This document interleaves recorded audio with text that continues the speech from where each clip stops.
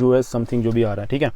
तो this is visa as B1 B2 visitors visa, क्योंकि मुझे यूट्यूब की वीडियो से और गूगल से वो इन्फॉर्मेशन नहीं मिली थी। वो स्टिल आपको 5 साल या 10 साल का जो उन्होंने वीज़ा देना है वो फिर भी देंगे, एंड लिटरली 1 मिनट से भी कम टाइम में मुझे वीज़ा मिल गया था। सेकंड थिंग जो मुझे मसला हुआ था वो था पार्किंग में। कभी कभी तो ऐसा भी होता है कि वो लोग कुछ एक्स्ट्रा डॉक्यूमेंटेशन आपसे मांग लेते हैं, पासपोर्ट आपका रख लेते हैं। थिंक वो आपका डिसीजन भी सुन सकते हैं। दिल में अपने माइंड में एक चीज़ सोच लें कि यार ज़्यादा से ज़्यादा क्या हो जाएगा। That's what I think, that's what I did my whole life. The only reason उसको जो है वो वीज़ा मिल गया विद इन 50 seconds.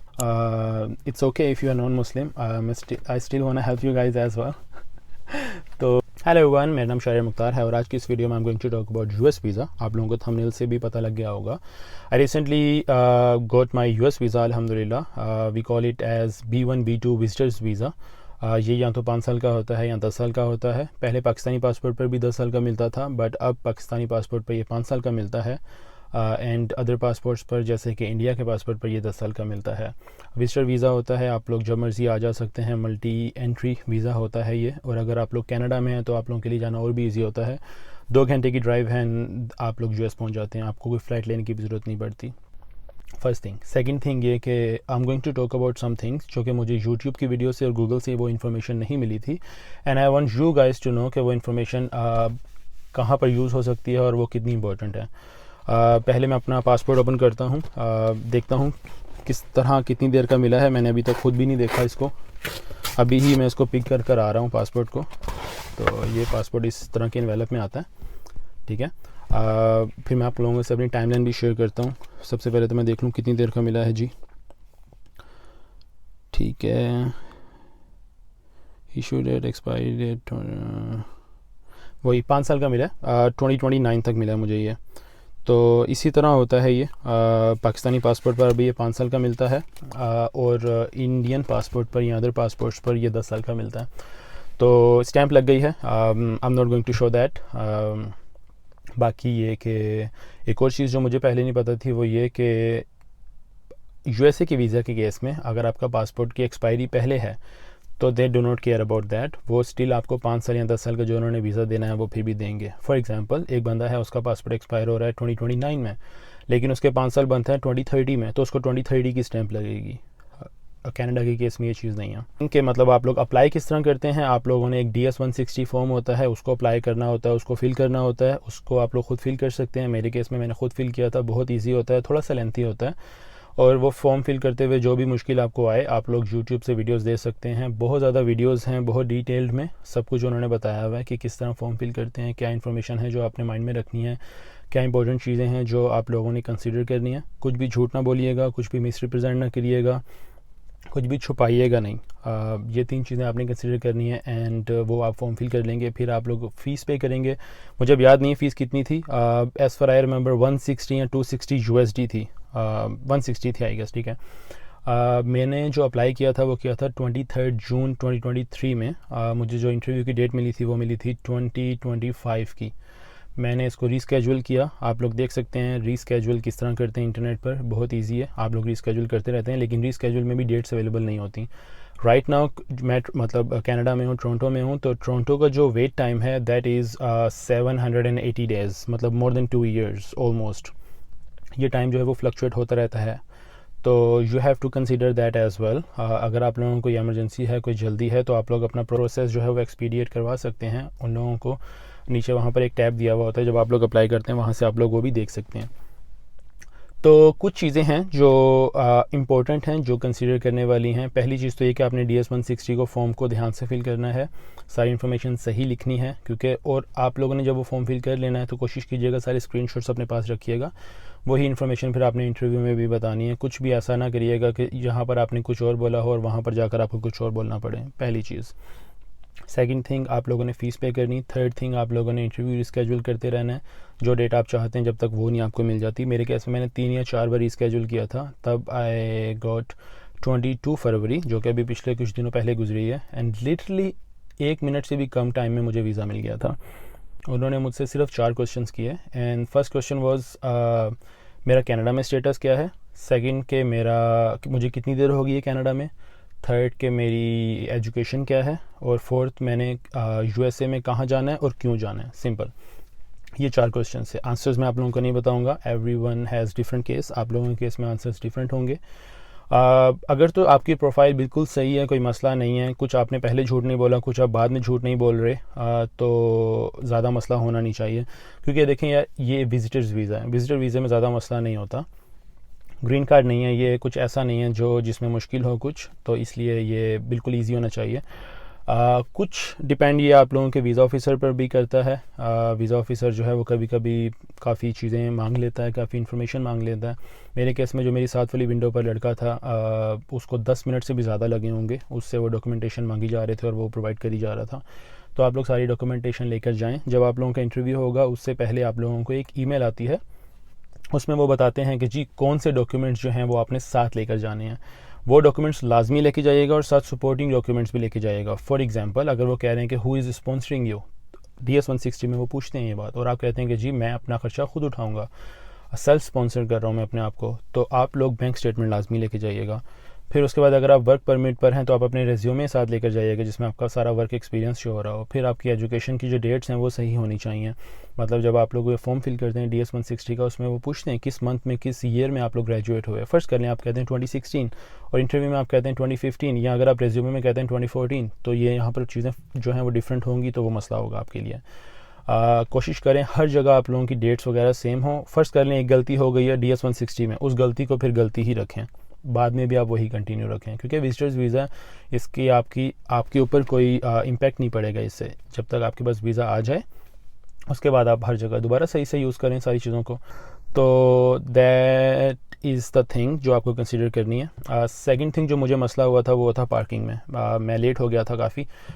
मैं नमाज़ पढ़ के सो गया था सुबह, दोबारा जब उठाऊँ तो लेट हो गया, और जब गया मेरी अपॉइंटमेंट थी 9:45 AM पर, और मैं गया था जी, मतलब वहाँ पर जो मैं पहुँचा था पार्किंग ढूंढने के बाद और सामान सबमिट करवाने के बाद, वो हो गया था 10:10 तो इतना मसला होता नहीं है। आप लोगों को बताने का पर्पस ये नहीं कि अब आप लोग इंटेंशनली लेट जाएँ। आई डोंट नो कि बाकी कंट्रीज़ में किस तरह होता है, लेकिन कनाडा में इस तरह होता है कि राइट नाउ, मतलब जैसे ही आपका इंटरव्यू होता है आपको बता देते हैं कि भाई आपको वीज़ा मिला है कि नहीं मिला।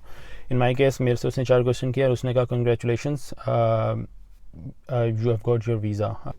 उसके बाद उसने मेरा पासपोर्ट रख लिया। जस्ट इन केस किसी का अगर वीज़ा रिजेक्ट हो जाता है तो उसको वो लोग पासपोर्ट वापस दे देते हैं और साथ एक येलो पेपर दे देते हैं।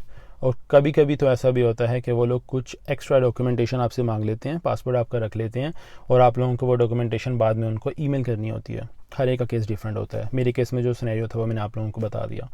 सामान रखने के लिए पास ही टिम हॉर्टन्स है, उसके साथ ही एक लोकर है, मैंने वहाँ पर अपना सामान रखा था। ये मैं सारी एग्जांपल और सारी चीज़ें जो बता रहा हूँ वो है टोरंटो के लिए, जहाँ पर मेरा इंटरव्यू था US कॉन्सुलेट में।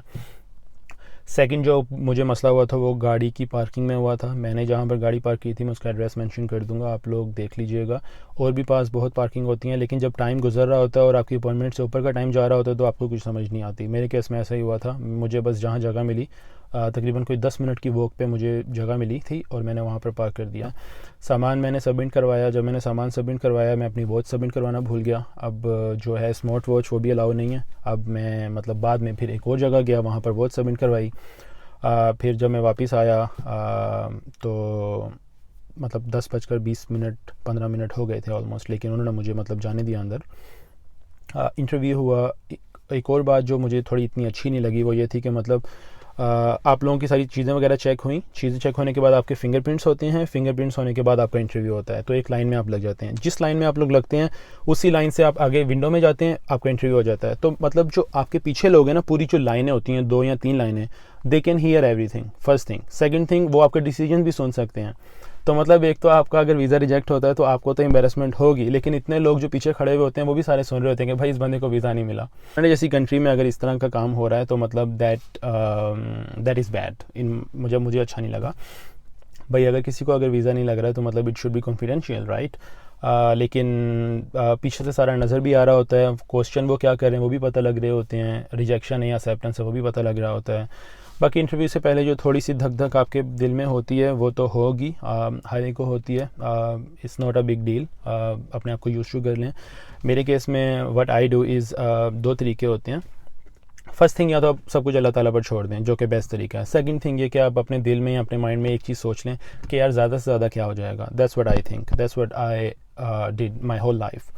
फॉर एग्जाम्पल मैंने कनाडा का अप्लाई किया और मेरे माइंड में ये था कि अगर वीज़ा ना लगा तो मैंने कहा तो फिर क्या हो गया, फिर कोई और कंट्री सही, पहली चीज़। दूसरी चीज़, अगर आप जॉब का इंटरव्यू दे रहे हैं तो आपके माइंड में कि यार अगर जॉब नहीं लगी तो क्या हुआ, रिज़्क तो अल्लाह ताला ने देना, कहीं और सही।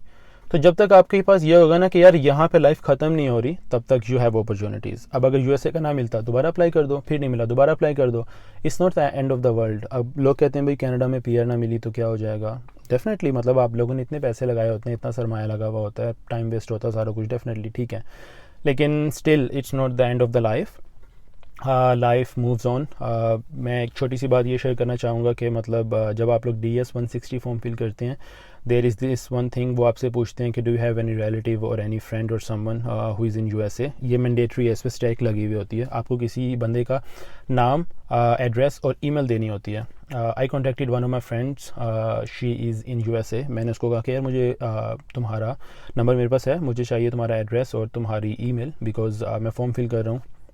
कोई कांटेक्ट नहीं करते, वो कुछ नहीं करते, बस ये एक मैंडेटरी है, पता नहीं क्यों है। अगर आप नहीं भी फिल करते वहाँ पर कुछ, आप सिंपल होटल का एड्रेस वगैरह डाल दें जिसमें आपका माइंड है जाकर रहने का, तब भी ये काम चल जाता है। लेकिन मेरे टाइम पर मुझे ये चीज़ पता नहीं थी कि मतलब मैं होटल वगैरह का एड्रेस भी डाल सकता हूँ। तो मैंने उससे उसका एड्रेस वगैरह मांगा and she replied very late and then she said her husband is not comfortable with that. ठीक है, हर एक अपना होता है, what happened is what done is done. All I am saying is आपको किसी का एहसान लेने की ज़रूरत नहीं है, सिंपल आप लोग किसी भी होटल वगैरह का एड्रेस लिख दें। देखें इंटरव्यू जो ले रहा है उसको भी ये चीज़ पता है कि एक बंदा अगर कह रहा है कि मेरा कोई रिलेटिव नहीं है तो वो कहाँ से वो बंदा ढूंढे, किसी भी रैंडम बंदे का एड्रेस या कुछ भी ना डालें। अब तो इसलिए ट्राई करें किसी होटल वगैरह का एड्रेस दे दें जो पास हो। मेरे केस में मैंने टाइम स्क्वायर के पास होटल था, उसका एड्रेस दे दिया एक और जगह पर जहाँ पर उन्होंने मुझसे पूछा था कि आप रहोगे कहाँ पर। These are the things जो मुझे पता नहीं लगी थी through YouTube videos and Google. I wanted you guys to know कि आपको ये चीज़ें पता हों। स्टैंप लग गई है, मैं झूठ नहीं बोल रहा। किस तरह दिखाऊँ मैं आप लोगों को? चलें यूँ दिखाता हूँ मैं, यूँ ज़्यादा सही है, जिस पे यू वो लिखा हुआ होगा ना, उल्टा नज़र आ रहा होगा लेकिन US समथिंग जो भी आ रहा है, ठीक है। तो this is visa, I can go whenever I want to. और ये स्टैंप लगती है बाहर से, जो वो लोग लगाते हैं। मैं अभी ऑफिस से आ रहा हूँ एंड आई वांटेड कि मैं ये शेयर करूँ आप लोगों से। 23 को मैंने अप्लाई किया 2023 में, 22 फरवरी 2024 को मेरा इंटरव्यू हुआ, 27 इज़ टुडे और मुझे मेरा पासपोर्ट वापस मिल गया। तो आप देख सकते हैं सारा काम पहले वाला ही है, जो आपको अपॉइंटमेंट मिलने की डेट है उसके बाद process is pretty fast. I guess I have covered everything. वो बातें जो मुझे नहीं पता थी, जो मैं चाहता था मुझे पता हो, now you guys know that. तो best of luck. There are a lot of things happening in USA, you can make any of those things as your reason और आप लोग अप्लाई कर सकते हैं। लिटरली मेरे से पहले जिस बंदे ने वीज़ा लिया, he said there is an F1 race going on right now in USA and he wanted to see that. उसने वो देखनी है, he wants to see that, और दैट्स द ओनली रीज़न उसको जो है वो वीज़ा मिल गया विद इन 50 सेकेंड्स। तो रीज़न आपकी जेन्युइन होनी चाहिए, वो उसने बाकी जाना होगा, झूठ ना बोलें, जेन्युइन रीज़न बनाएं। Everything is so easy. मैं बाकी वीडियोस भी बनाऊंगा। I have Turkey visa, I am going to put video on that as well. Then I have let's see, then I have Saudi Arab visa, visitors visa. My father is in Saudi Arabia, तो मेरे पास वो भी है। I'm going to make a video on that. Then I have a UAE visa, मतलब इस पर नहीं है वो, वन टाइम एंट्री था वो बस, लेकिन मैं आपको बताऊंगा किस तरह लेते हैं। That is pretty much easy too. तो everything is possible. It's just you जिसने अपने आप को रोका हुआ है। Everything is possible and everything is so easy. I know people are not really concerned about these kind of videos. I know what they want to see and उन्हीं पर views ज़्यादा आते हैं एंड लिटरली मुझे फ़र्क नहीं पड़ता उन चीज़ों से। देखें हर एक का अपना दीन ईमान है, हर एक की अपनी सोच है, अपना पर्सपेक्टिव है। आई जस्ट वांट कि मैं हेल्प करूं, वो हेल्प जो मैं चाहता था कोई मेरी करे, बट नहीं हुई। And now I am being the source of help to people. मेरे केस में जो चीज़ें मुझे मुश्किल लगी थी, जो मैंने मुश्किलात का सामना किया था while applying my study visa, while applying these things, तो मैं चाहता हूँ वो सब आप फेस ना करें, आप लोगों के पैसे ज़ाया ना हो, आप लोगों का टाइम ज़ाया ना हो। These are the only reasons I am making videos on YouTube. I do not care about money. I'm not getting any money from YouTube right now. I do not care about anything else. That is the only reason. Help, because जब तक एक मुसलमान दूसरे मुसलमान की help करता रहता है, it's okay if you are non-Muslim. I still want to help you guys as well. तो I guess that's pretty much it. अगर आप लोग चाहते हैं कि मैं कोई वीडियो बनाऊं, do let me know in the comments box below. That's all. See you. Bye.